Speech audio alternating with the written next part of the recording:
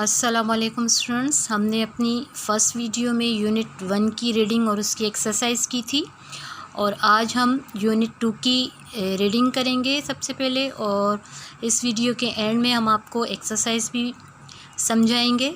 तो आइए देखते हैं फहरिस्त और यूनिट नंबर 2 कि कौन सा लेसन हमें रीड करना है। तो स्टूडेंट, ये हमारी कंटेंट लिस्ट है। हमने पहले यूनिट नंबर 1 की रीडिंग और एक्सरसाइज की थी, the master and the donkey, और यूनिट नंबर 2 है his first flight on page number 13। तो आइए पेज नंबर 13 को हम ओपन करते हैं। यूनिट नंबर 2 है हिज फर्स्ट फ्लाइट, उसकी पहली परवाज़। The young seagull was alone on his ledge. छोटा समंदरी बगला अपनी चट्टान पर अकेला था। His 2 brothers and his sister had already flown away the day before. उसके 2 भाई और बहन गुज़िश्ता रोज़ ही उड़ गए थे। He had been afraid to fly with them.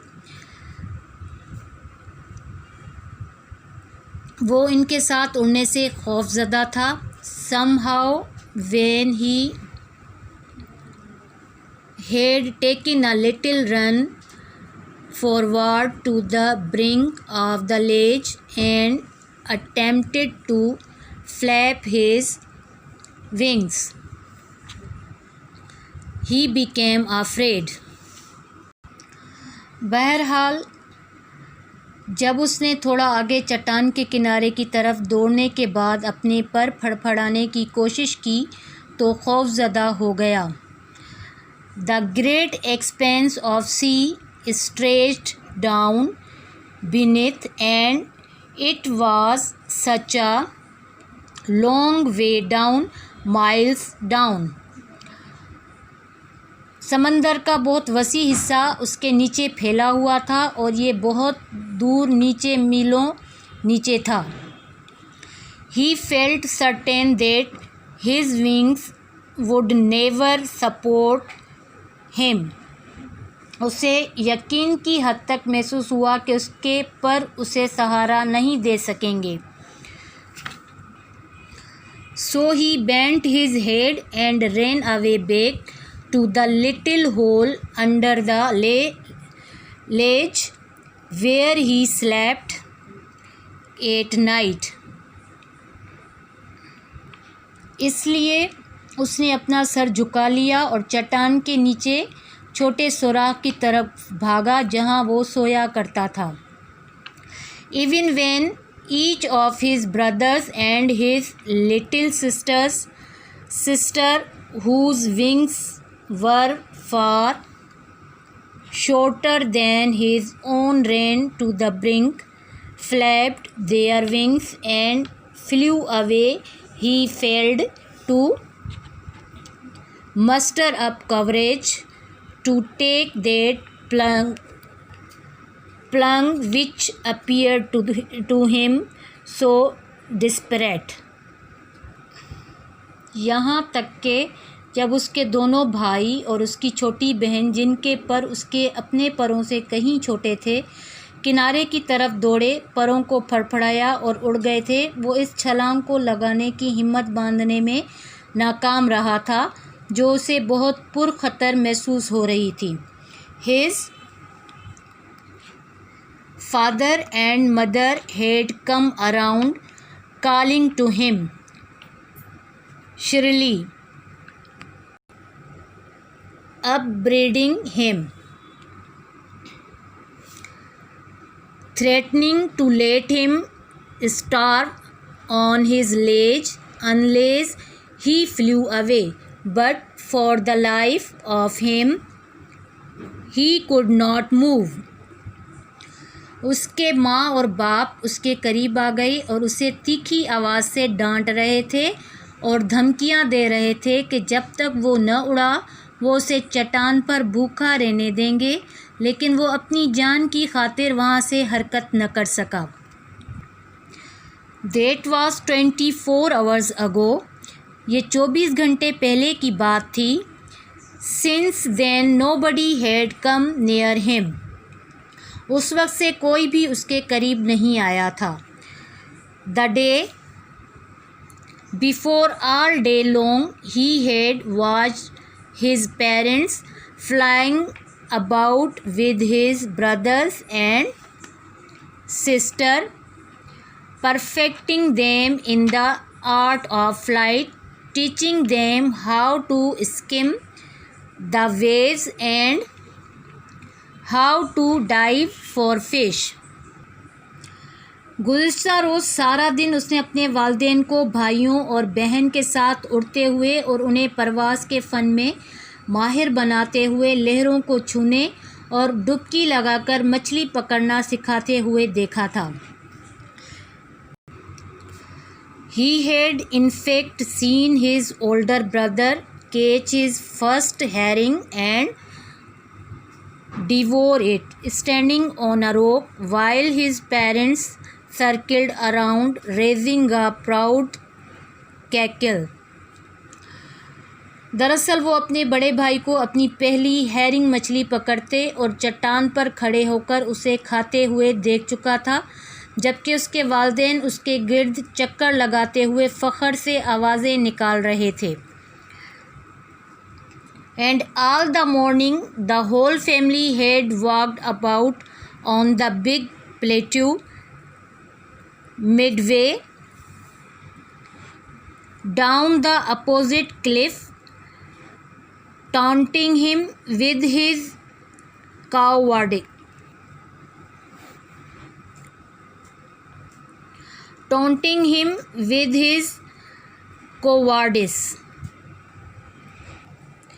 सूरज अब आसमान पर बुलंद हो रहा था. इस चट्टान पर जिसका रुख जुनूब की तरफ था बड़ी तमाज़त से चमक रहा था.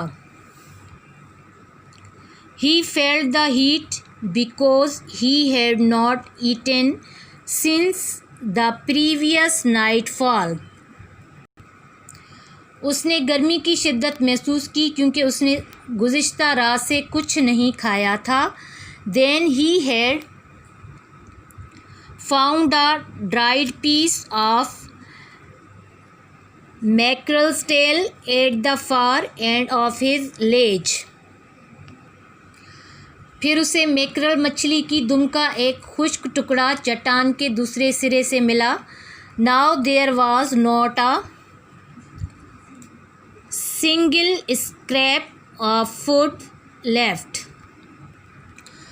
वहाँ खुराक का एक ज़र्रा भी बाकी नहीं बचा था. He had searched every inch, rooting among the rough dirt-caked straw nest where he had his brothers and sister had been hatched.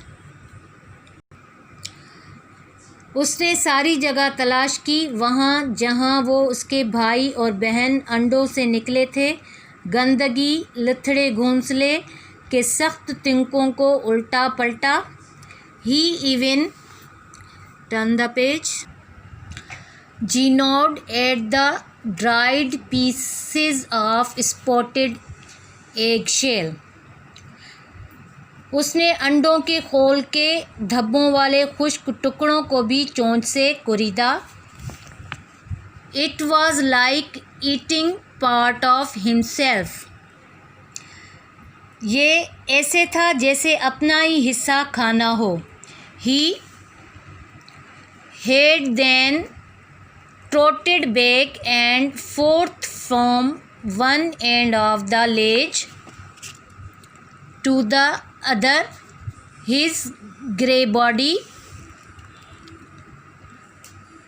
the color of the cliff, his long grey legs stepping daintily, trying to find some means of reaching his parents without having to fly. फिर वो चट्टान के एक सिरे से दूसरे सिरे तक छोटे छोटे कदमों के साथ आगे और वापस दौड़ा. उसका खाकस्त्री रंग खड़ी चट्टान के रंग जैसा था. उसकी लंबी खाकसरी टांगें बड़ी नज़ाकत से चल रही थीं। वो उड़े बगैर किसी न किसी तरह अपने वालिदैन से मिलना चाहता था। But on each side of him the ledge ended in a sheer fall of precipice with the sea beneath. लेकिन उसकी दोनों जानिब चट्टान उमूदन किनारे पर ख़त्म हो रही थी और नीचे समंदर था। He stepped slowly out to the brink of the ledge and standing on one leg with the other leg hidden under his wing, he closed one eye, then the other, and pretending to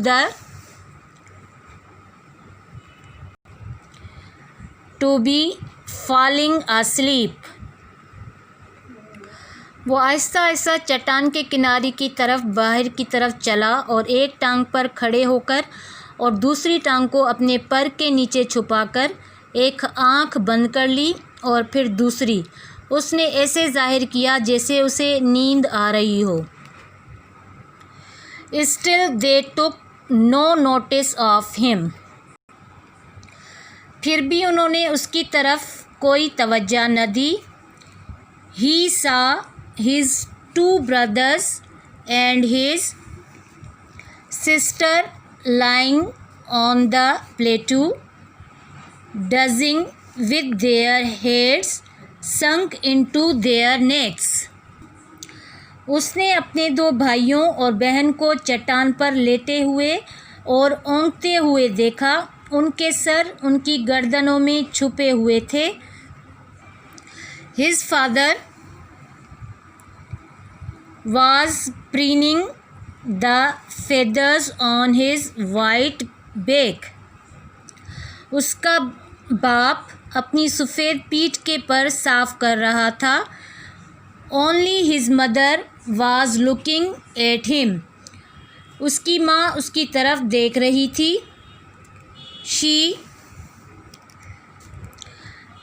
She was standing on a little high lump on the plateau, her white breast thrust forward. और वो सतह मुर्तफ़ा के एक कदरे उभरे हुए हिस्से पर खड़ी थी। उसकी सफ़ेद छाती आगे को निकली हुई थी। Now and again she tore at a piece of fish that lay at her feet and then scraped each side of her beak on the rock. उसने बार बार अपने कदमों में पड़े मछली के एक टुकड़े को चीरा और फिर अपनी चोंच को दोनों अतराफ से चट्टान पर रगड़ा। The sight of the food maddened him. खुराक के नज़ारे ने उसे पागल कर दिया। How he loved to tear food that way, scraping his beak now and again to wet it. इस तरह से खुराक को चीरना और चोंच को तेज़ करने के लिए बार बार रगड़ना उसे कितना पसंद था। He uttered a low cackle. His mother cackled too and looked over at him. उसने हल्की आवाज़ निकाली। उसकी माँ ने भी आवाज़ निकाली और वहाँ से उसकी तरफ देखा। गा गा गा, he cried, begging her to bring him over some food. का उसने आवाज़ निकाली। इससे इल्तिजा करते हुए कहा कि वो उसके लिए कुछ खुराक ले आए। गाओ ओ आ, शी screamed back derisively. काओ आ, उसने हकारत से चीखकर जवाब दिया। But he kept calling plaintively and after a minute or so he uttered a joyful scream. लेकिन वो शिकायत के अंदाज में आवाज़ें निकालता रहा, लेकिन 1 या 2 मिनटों के बाद उसने खुशी से तेज़ आवाज़ निकाली. His mother had picked up a piece of fish and was flying across to him with it. उसकी माँ ने मछली का एक टुकड़ा उठा लिया था और उसे लेकर उसकी तरफ उड़ रही थी. He leaned out eagerly, tapping the rock with his feet, trying to get nearer to her as she flew across. उसने चट्टान पर अपने पाँव मारे और जब वो उधर से गुजरी उसके करीब होने के लिए बड़े शौक़ से आगे की तरफ झुका. But when she was just opposite to him, abreast of the ledge, she halted, her legs hanging limp, her wings motionless, the piece of fish in her beak almost within reach of his beak. लेकिन जब वो बिल्कुल उसके सामने थी, चट्टान की ऊंचाई के बराबर उसकी टांगें सिमटी और लटकी हुई थीं, उसके पर बेहरकत थे और मछली का जो टुकड़ा उसकी चोंच में था वो उसकी चोंच की पहुंच में था. He waited a moment in surprise, wondering why she did not come nearer, and then, maddened by hunger, he dived at the fish. थोड़ी देर के लिए उसने हैरानी से इंतज़ार किया, हैरान हो रहा था कि वो मज़ीद करीब क्यों नहीं आई थी, और फिर भूख की वजह से दीवाना होकर मछली पर छलांग लगा दी. With a loud scream, he fell outwards and downwards into space. बुलंद चीख निकालते हुए वो बाहर और नीचे की तरफ खला में गिर गया. His mother had swooped upwards. उसकी माँ झपट कर ऊपर हो गई थी. As he passed beneath her, he heard the swish of her wings. Then a monstrous terror seized him, and his heart stood still. जब वो उसके नीचे से गुज़रा, उसने उसके परों की तेज़ आवाज़ सुनी, फिर उस पर एक शदीद खौफ तारी हो गया और उसके दिल की हरकत रुक गई. उसे कुछ सुनाई न दिया. He could hear nothing. उसे कुछ सुनाई न दिया. But it only lasted a moment. लेकिन ये कैफियत सिर्फ थोड़ी देर तक रही. The next moment, he felt his wings spread outwards. अगले लम्हे उसने महसूस किया कि उसके पर बाहर को फैले हुए थे. The wind rushed against his breast feathers, then under his stomach and against his wings. हवा तेज़ी से उसकी छाती के बालों से, फिर उसके पेट के नीचे से और परों से टकराकर गुजरी. वो महसूस कर सकता था कि उसके परों के सिरे हवा को चीर रहे थे. He could feel the tips of his wings cutting through the air. वो महसूस कर सकता था कि उसके परों के सिरे हवा को चीर रहे थे. He was not falling headlong now. अब वो सर के बल नहीं गिर रहा था. He was soaring gradually downwards and outwards. वो आहिस्ता आहिस्ता नीचे और आगे की तरफ उड़ रहा था. He was no longer afraid. अब वो खौफज़दा नहीं था. He just felt a bit dizzy. उसे महसूस हुआ कि वो कुछ चकराया हुआ है।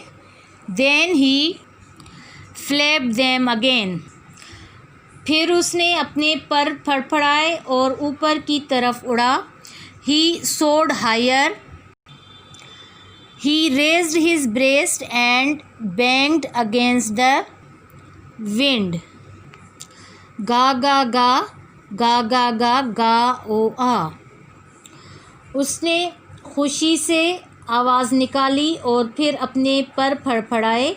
वो मज़ीद बुलंदी पर उड़ा। उसने अपनी छाती बुलंद की और हवा के सामने तिरछी रख दी और का खा ओ की आवाज़ निकाली।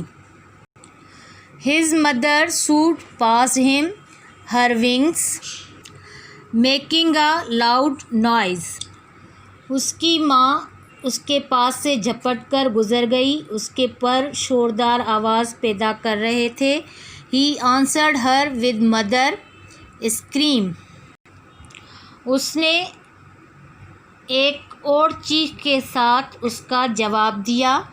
Then his father flew over him screaming. Then he saw his two brothers and his sister flying around him, curveting and banking and soaring and diving. फिर उसका बाप चीखता हुआ उसके ऊपर से गुज़रा। फिर उसने अपने दो भाइयों और एक बहन को अपने गिर्द उड़ते हुए, झपटते हुए, उतारा अलारा लेते हुए, बुलंद होते हुए और नीचे उड़ते हुए देखा। Then he completely forgot that he had not always been able to fly and commenced himself to dive and soar and curvet, shrieking shrilly. फिर वो मुकम्मल तौर पर भूल गया कि वो हमेशा से उड़ने के काबिल नहीं था और तीखी आवाज़ें निकालते हुए नीचे ऊपर उड़ना और झपटना पलटना शुरू कर दिया। He was near the sea now, flying straight over it, facing straight out over the ocean. अब वो समंदर के करीब था और सीधा आगे की तरफ उसके ऊपर उड़ रहा था। And he turned his beak sideways and crowed amusedly. उसने नीचे वसी सब्ज़ रंग का समंदर देखा जिस पर छोटी छोटी लहरें चल रही थीं।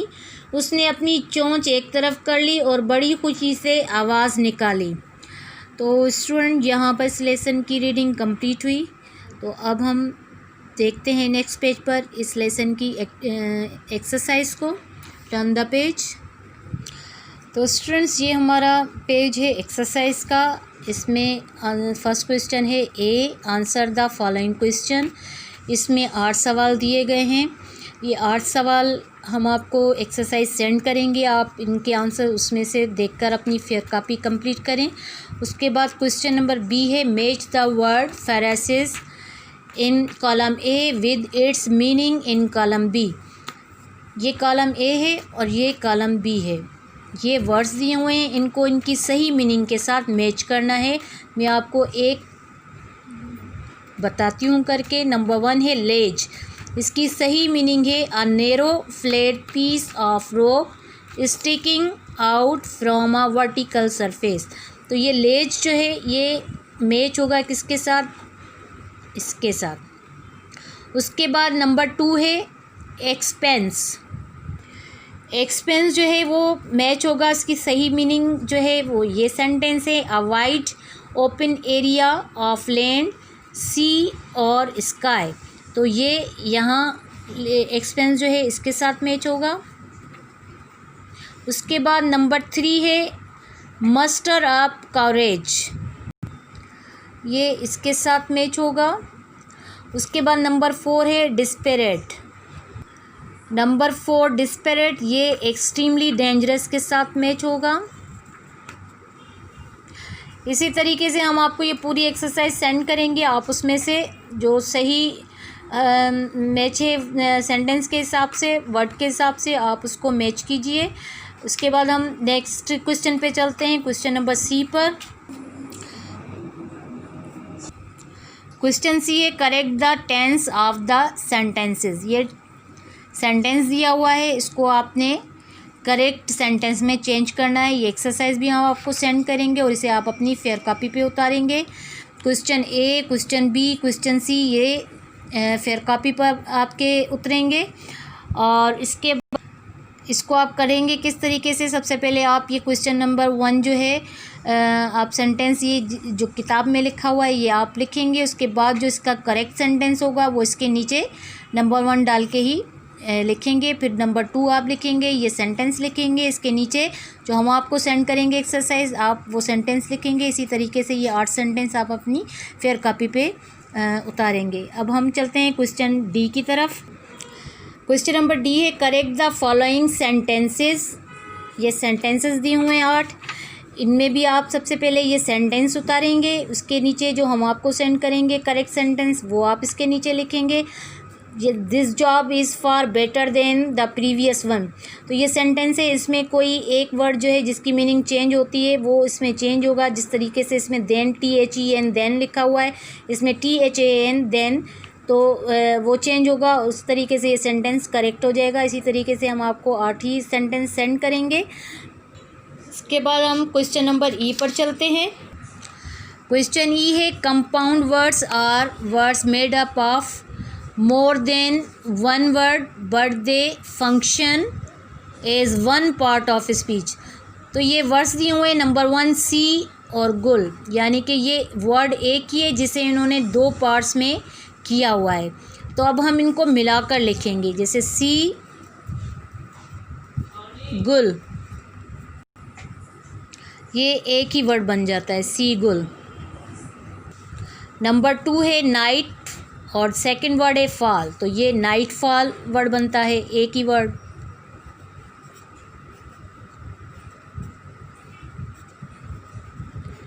इस तरीके से ये एक्सरसाइज भी हम आपको सेंड करेंगे, इसे भी आप अपनी फेयर कॉपी पे उतारिएगा।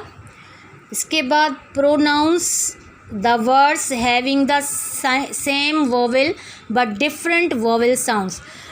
ये वॉवेल्स हैं जिनका साउंड सेम आता है, लेकिन जब हम इनको पढ़ते हैं, वॉवेल से बने हुए वर्ड्स हैं लेकिन जब हम इनको पढ़ते हैं तो इनके साउंड चेंज हो जाते हैं, जैसे टू, सो।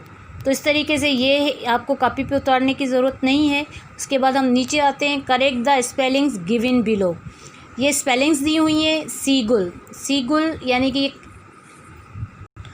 गलत स्पेलिंग से इनको हमने सही स्पेलिंग्स में चेंज करना है। सीगुल, जैसे सीगुल की स्पेलिंग होती है SEAGUL, GULL, SEAGULL, सीगुल की स्पेलिंग सही ये होती है। तो इस तरीके से ये भी एक्सरसाइज हम आपको सेंड करेंगे। आपको 2 कॉलम बनाने होंगे, एक में आपने इनकरेक्ट स्पेलिंग लिखनी है, दूसरे में आपने करेक्ट लिखनी है।